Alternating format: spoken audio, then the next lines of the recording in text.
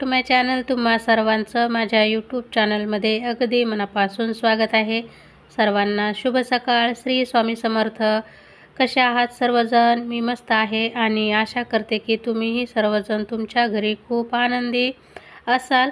तर चला, व्हिडिओला सुरुवात झालेली आहे आज देवपूजेपासून। तर व्हिडिओ आवडला तर नक्की व्हिडिओला लाईक, चॅनलला सबस्क्राईब करा। तर माझा आवाज तुम्हाला थोडासा बदललेला येत असेल कारण सध्याला माझा घसा बसलेला आहे। तर असो, सकाळचा माझा चहा वगैरे झालेला होता आणि मुलांना मी इथं चोकोज टाकून ना जे दूध आहे ते दिलेलं होतं। खूप दिवस झाले मी घरामध्ये चोकोज वगैरे काही आणलेलंच नव्हतं, तर आज खूप दिवसांनी आणलेले आहेत। तर म्हटलं चला आज सकाळी नाश्त्यामध्ये त्यांना हेच देऊया, त्यांनाही फार आवडतं चोकोज आणि मिल्क खाण्यासाठी। तर उन्हाळ्यासाठी ना मी कडधान्य जे आहेत ना ते घेऊन आलेले आहे। आता सध्याला उन्हाळा चालू आहे, ऊन पण बऱ्यापैकी कडक पडतंय, तर मग मी वर्षभराचे जे कडधान्य आहेत ना ते घेऊन आलेले आहे। यामध्ये आहेत, वरती घेऊन जाणार आहे, टेरेसवरती वाळायला टाकणार आहे। मग तुम्हाला मी सांगते मी कोणकोणते कडधान्य आणलेत। मी दरवर्षी म्हणजे किराण्यामध्येच कडधान्य वगैरे भरत असते महिन्याच्या हिशोबाने, पण यावर्षी मी तसं नाही केलेलं। वर्षाचे एकत्रच भरलेले आहेत, 5-6 कडधान्य आहेत। तर ते मला कसे मिळाले वगैरे हे पण मी तुम्हाला पुढे गेल्यानंतर सांगते। पण आता सध्याला ना हे जे कडधान्य आहेत उन्हामध्ये ना वाळायला टाकणार आहे। कडक उन्हामध्ये वाळले का मग त्याला बोरिक ॲसिड पावडर वगैरे लावून ना मी वर्षभरासाठी स्टोअर करून ठेवणार आहे। म्हणजे तीनदा किराणामध्ये भरायची मला गरज लागणार नाही। आता मी पहिल्यांदाच भरलेत, पूर्ण वर्षभर पुरतील का नाही याची मला काही आयडिया नाही आहे। अंदाजपंचे मी घेतलेले आहेत, पाहूया आपल्याला किती दिवस जातात वगैरे, तसं मी तुमच्यासोबत शेअर पण करेन। तर चला आता पटकन ना हे कडधान्य मी कोणते घेतले ते पण तुम्हाला दाखवते, सोबत वाळायला पण टाकते। आणि इथं यांची मस्ती हळूच चला। तर हे जे कडधान्य मी विकत घेतलेले आहेत ते सर्व बाजारामधून विकत घेतलेले आहेत, दुकानातून नाही विकत घेतले। मलाही काही जास्त कल्पना नव्हती की कुठे विकत घ्यायला हवेत। सर्व कडधान्य मी घेऊन आलेले आहे वरती। यामध्ये आहेत वाल, हा आहे मसूर, हिरवे वाटाणे, छोलेचा हरभरा, मटकी, आणि हा आपला नॉर्मल ब्राऊन हरभरा काळपट, आणि हे आहे मूग। तर मी बऱ्याच ठिकाणी चौकशी वगैरे केली आहे, जसं आपल्या शेजारी पाजारी वगैरे विचारून की कडधान्य तुम्ही वर्षभरासाठी जर भरून ठेवायचे असतील तर कुठून खरेदी वगैरे करतात। तर मला बऱ्याच बायकांनी सांगितलं की शुक्रवारचा जो इथं बाजार भरतो आठवडी, तर तिथे कडधान्य वगैरे मिळतात एका जणाकडे। तर बऱ्याच बायका तिथूनच कडधान्य वगैरे भरून वर्षभरासाठी स्टोअर करून ठेवतात। तर मग मी दुकानामध्ये नाही गेले, तिथूनच कडधान्य भरलेले आहेत। आणि मी जेव्हा तिथं कडधान्य घ्यायला गेले ना तर तिथे खूप गर्दी होती, म्हणजे खूप बायका त्यांच्याकडून कडधान्य घेऊन म्हणजे असं ठेवतात स्टोअर करून। तर एखाद्या ठिकाणी जर गर्दी असेल, कायमस्वरूपी त्या ठिकाणी गर्दी होत असेल, तर मग आपल्याला पण समजतं की हो इथे बहुतेक चांगल्याच गोष्टी मिळत असतील, चांगलेच कडधान्य मिळत असतील, तेव्हा तर बायका त्या ठिकाणी दरवर्षी ना गर्दी करतात। आणि मी या अगोदरही त्या ठिकाणी पाहिलेलं होतं की भरपूर बायका कडधान्य विकत घेताना, पण मी कधी घेतलं नाही कारण मला माहिती नव्हतं एवढं ना की कसे असतील कसे नाही। पण एखाद्या ठिकाणी खूप सारी गर्दी असेल ना तर मग आपल्याला समजतं की हा बाबा की यांच्याकडून घेतलेले कडधान्य चांगले असतील, म्हणूनच तिथे एवढी गर्दी होत असेल। तर असं सर्व कडधान्य ना मी अशा पद्धतीने सेपरेट गोणीवरती ना वाळायला ठेवलेले आहेत, म्हणजे ते मिक्स होणार नाही। आणि जे कडधान्य मी विकत घेतलेले आहेत ना तर ते जे काका होते जे कडधान्य विकत होते त्यांच्याकडनं एक पायली होती, जशी आपल्या गावाकडे अधुली पायली वगैरे असते तशी नव्हती ती, एका डब्याच्या आकाराची होती, पण त्यांच्यामध्ये त्याला पायली सांगत होते। तर मग तो एक डब्बा गच्च भरून ते आपल्याला धान्य देत होते आणि प्रत्येक धान्याचा वेगवेगळी प्राईजही होती। तर म्हणजे ते धान्य आता जसं की मूग, मटकी, हरभरा ह्या सर्वांचं वजन कमी जास्त असं असू शकतं, तर त्या हिशोबाने त्याची प्राईज लावलेली होती। तर त्याची जी लिस्ट आहे, मी किती रुपयाला काय घेतलेलं आहे तर ते तुम्हाला इथे मी लावून देईल। जसं की जर आपण मूग घेतले तर ते एका पायलीमध्ये 1 किलो आणि 700 ग्रॅम असे काहीतरी बसत होते। जर आपण चवळी वगैरे किंवा हरभरे घेतले तर हे 1 किलो आणि 500 ग्रॅम असं काहीतरी बसत होतं। तर थोडंफार कमी जास्त कडधान्याच्या वजनाप्रमाणे बसत होतं। तर त्याचा इथे मी फोटो लावलेला आहे, त्यावरून तुम्ही समजून घ्या। तर अशा पद्धतीने मी 7 कडधान्य आणलेले आहेत। आणि इथं हे जे लोणचं आहे मी जे तुमच्यासोबत शेअर केलं पहा, आंबट तिखट गोड लोणचं, तर ते पण मी आजच्या दिवशीच बनवलेलं होतं। तर कडधान्य आणि कैरी मी सोबतच वर वाळायला टाकलेली होती। त्याचा व्हिडिओ ऑलरेडी मी तुमच्यासोबत शेअर केलेला आहे। त्याचबरोबर कैरीचे खूप सारे रेसिपी पण तुमच्यासोबत शेअर केलेल्या आहेत। तर असो, आता हे जे कडधान्य आहे ना, मी झाकून ठेवलेलं आहे, कारण आमच्या तिथं खूप कबुतरं आहेत। थोडं जरी असं उघडं ठेवलं ना तर कबुतरं सर्व कडधान्य खाऊन घेतील। चला, त्यानंतर मी आलेले आहे घरी आणि इथं मिशोवरून मी एक पार्सल ऑर्डर केलेलं होतं, तर ते आलेलं आहे। तर यामध्ये काय आहे तर कडधान्याला मोड वगैरे आणण्यासाठी जो बॉक्स असतो ना, तो मी ऑर्डर केलेला आहे। पाहू शकतात अशा पद्धतीचा हा आहे। 4 डबे आहेत। त्यातला जो शेवटचा डबा असतो त्यामध्ये थोडंसं पाणी टाकायचं असतं आणि बाकीचे जे 3 आहेत ना, त्यामध्ये आपल्याला कडधान्य भिजवून ठेवायचे असतात मोड येण्यासाठी। तर 2 दिवस लागतात मोड वगैरे यायला, म्हणजे 24 तास तरी लागतात। त्यासाठी आपल्याला कडधान्य अगोदर 4-5 तास पाण्यामध्ये भिजवून नंतर यामध्ये ठेवायचे असतात।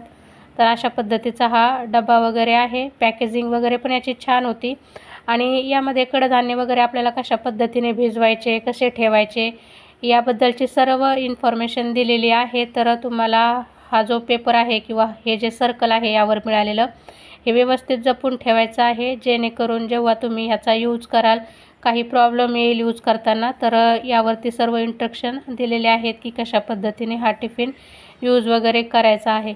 तर चला, तर आता मला हे जे कडधान्य आहेत ना, ते ज्या डब्यामध्ये स्टोअर करून ठेवायचे आहेत तेवढे सर्व स्टीलचे डबे पण मी इथं घासून टेरेसवरती वाळायला ठेवलेले आहेत, जेणेकरून आपले कडधान्य यामध्ये आपल्याला व्यवस्थित स्टोअर करून ठेवता यावेत आणि त्यासाठी डबे पण स्वच्छ असायला हवेत, नाही तर कडधान्य लवकर खराब होतं। तर सर्व कडधान्य मी 2 दिवस चांगल्या कडक उन्हामध्ये वाळवून आणलेलं आहे। सोबतच मला हे जे कडधान्य आहे ज्या डब्यामध्ये भरून ठेवायचे ते डबे पण मी 1 दिवसभर ना कडक उन्हामध्ये वाळवून घेतलेत। आता वर्षभरासाठी कडधान्य स्टोअर करून ठेवायचं म्हटलं ना की मग त्याला कीड लागते, खराब होते। तर इथं मी त्याच्यासाठी ना ही बोरिक ॲसिड पावडर आहे, तर ही वापरणार आहे। 1 चमचाभर जरी टाकले ना तर होऊन जाईल। तर आता सर्वात अगोदर इथं आहे मूग, तर मूग घेऊया, त्यामध्ये टाकूया पावडर, मिक्स करून भरून ठेवूया। आणि मावसामध्ये मध्ये काम येतं मला येतं ते, ह्याच्यात नको टाकू, ते हरभरे हे मूग आहे ते आपण याच्यात नाही टाकायचं का, यात नको टाकू। तर आता हे आहेत मूग, या मुगामध्ये मी 1 चमचाभर ही पावडर टाकणार आहे, याच्यात ठेवते।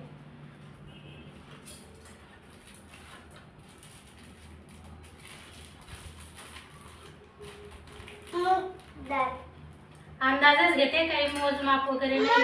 आपल्याला आता तुला औषध देते सरक बाजूला। आता बरेच लोक नाही यामध्ये थोडंसं एरंडाचं तेल असतं ना, ते पण याला चोळून ना ठेवतात। यात नको टाकू, आपण हे घेणार आहे, हे घ्यायचं ना, मग याच्यात टाका।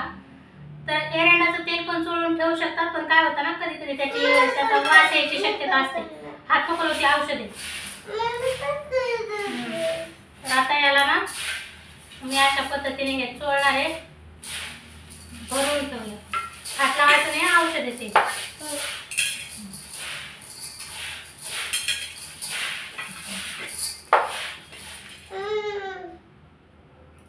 माऊने काय केले, बसल्या बसल्या ना याच्यात चणे वाटाणे सर्व मिक्स करून ठेवते। हात नको लावू, त्याला औषध लावलेलं।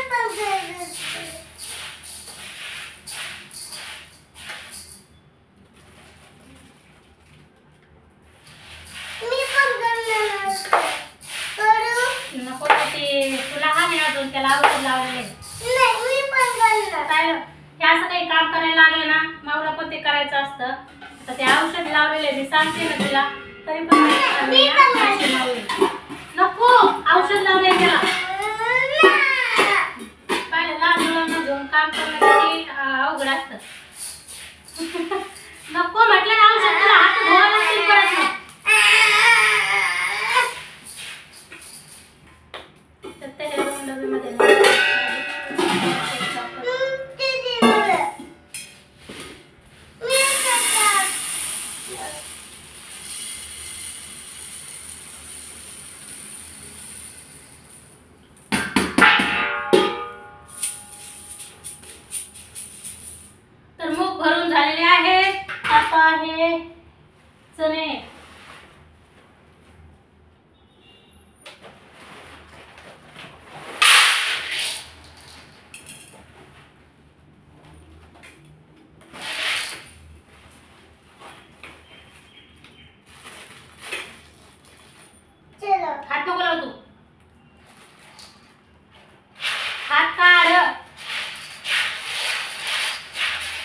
लहान मुलांना घेऊन काम करणं खूप अवघड होऊन जातं. त्यात जर अशा पद्धतीचे कामं असतील तर पाहिलं ना तुम्ही, माऊ किती परेशान करत आहे. तिला पण तेच करायचं आहे जे मी करत आहे.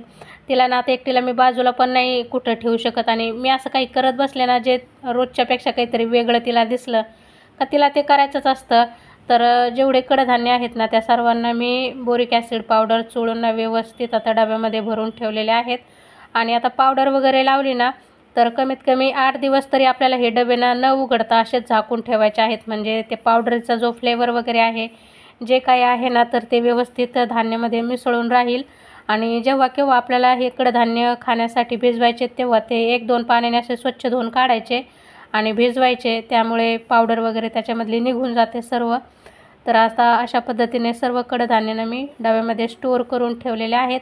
आणि बरेच लोकांना यामध्ये कडुलिंबाची पानं वगैरेही टाकून ठेवतात. तर तुम्ही कशा पद्धतीने कडधान्य वगैरे स्टोअर करतात ते मला कमेंट करून नक्की सांगा. मीही यावर्षीच अशा एवढ्या क्वांटिटीमध्ये कडधान्य स्टोअर वगैरे करून ठेवत आहे. मलाही जास्त काही अनुभव वगैरे नाही. बघूया आता आपल्याला हे किती दिवस जातात, याचा अनुभव कसा आहे, म्हणजे त्या हिशोबाने पुढच्या वर्षी मला किती कडधान्य स्टोअर करायचे, कशा पद्धतीने स्टोअर करायचे हे लक्षात येईल. आणि जोपर्यंत एखादी गोष्ट आपण करत नाही तोपर्यंत आपल्याला त्याची माहिती पण होत नसते. तर जेवढी कडधान्य होती ती सर्व अशा पद्धतीने मी डब्यामध्ये ना भरून स्टोअर करून ठेवलेले आहेत. हे 7 कडधान्य आहेत. तर 7 डबे भरलेले आहेत. पाहूया आता आपल्याला किती दिवस जातं आणि याच्यानुसार मला समजेल मग की पुढच्या वर्षी किती कडधान्य भरायचं ते. हे पहा आमचे माऊ, मांजर माऊ म्याव. माऊचं नाव माऊ आहे आणि माऊ मांजरीसारखे म्याव म्याव पण करते. हा, कुठून घेतले पैसे तिने? पैसे कुठून घेतले माऊने, मांजर माऊने? ठेवून द्या लवकर मम्माची पर्समध्ये. हां, म्याव म्याव म्याव म्याव म्याव म्याव. चला आता डब्याला झाकण कोण लावतं? चला मम्माला हेल्प करा बरं डब्याला झाकण लावायला. हे याचं याला लाव, याला लाव, याला लावा. हे मी लावते. याचं याला लाव. Very good. हे ना याचं आहे, याचं याला लाव.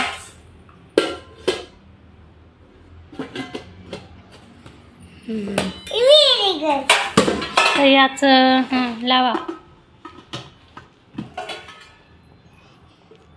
हे एक आणि हे याचं याचं याचं लाव. ठीक आहे, हे पण तू लावा. हां ठीक आहे ते पण लावा. Very good. माऊ हुशार आहे आमची. तर आता इथे मी सकाळी काय केलेलं होतं, थोडेसे हरभरे, मटकी आणि अख्खा मसूर जो आहे ना पाण्यामध्ये भिजवून ठेवलेला होता. तर म्हटलं चला मिशोवरून जे पार्सल आलेलं आहे आपलं कडधान्यला मोड आणण्यासाठीचं, तर त्यामध्ये कशा पद्धतीने मोड येतात हे पाहूया. तर त्यासाठी मी 4 ते 5 तास ना हे कडधान्य भिजवून ठेवले होते. तर त्यातले आता हरभरे घेतलेले आहेत मी. तर सर्वात खालचा जो डबा आहे त्यामध्ये आपल्याला थोडंसं पाणी टाकायचं आहे, ग्लासभर तरी. आणि हे जे कडधान्य आहेत त्यातलं सर्व पाणी काढून टाकायचं आणि अशा पद्धतीने या डब्यामध्ये ना पसरवून आपल्याला सर्व कडधान्य ठेवायचे आहेत. पाणी वगैरे नाही टाकायचं, कोरडीच टाकायची आहेत, कारण ती ऑलरेडी पाण्यात भिजलेली असतात ना, त्यामुळे पाणी टाकायची काही गरज नाही. तर आता अशा पद्धतीने मी सर्व कडधान्य यामध्ये टाकलेलं आहे. आणि कमीत कमी 24 तास तरी आपल्याला हे असंच डब्याला झाकण वगैरे लावून ना ठेवून द्यायचं आहे. त्यानंतर याला कशा पद्धतीने मोड येतात ते पाहूया. सोबतच याच्यासोबत हे जे इंस्ट्रक्शन्स वगैरे आलेले आहेत ना, इन्फॉर्मेशन वगैरे, तर ते पण जपून ठेवायचे आहेत. तर आता बरोबर 24 तासानंतर इथे मी डबा ओपन केलेला आहे आणि सर्वात वरती मी ठेवलेली होती मटकी. तर पाहू शकतात मटकीला खूप छान मोड आलेले आहेत 24 तासानंतर. जे चणे ठेवलेले होते हरभरे आणि अख्खा मसूर, त्याला म्हणावं तर तेवढे मोड इथे काही आलेले नव्हते. पाहू शकतात, काय माहिती का बरं, पण ह्याला थोडेसे कमी मोड आलेले आहेत. हरभऱ्यालाही काही हरभऱ्यांना खूप मोठमोठे मोड आलेले आहेत, काही हरभऱ्यांना अजिबात आलेले नाहीत. तर हे पण चांगलंच आहे. आता सर्वांनाच एकत्रच मोड आले असते तर सर्वांची एकत्र भाजी पण बनवणं झालं नसतं. तर मग आता मी अगोदर मटकीची भाजी बनवेल, त्यानंतर अख्खा मसूरची आणि त्यानंतर हरभऱ्याची. तर चला, आजचा व्हिडिओ तुम्हाला कसा वाटला ते कमेंट बॉक्समध्ये कमेंट करून सांगायला विसरू नका आणि व्हिडिओला लाईक, चॅनलला सबस्क्राईब नक्की करा. पुन्हा भेटूया नवीन एका व्हिडिओमध्ये. तोपर्यंत सर्वांना बाय बाय. श्री स्वामी समर्थ.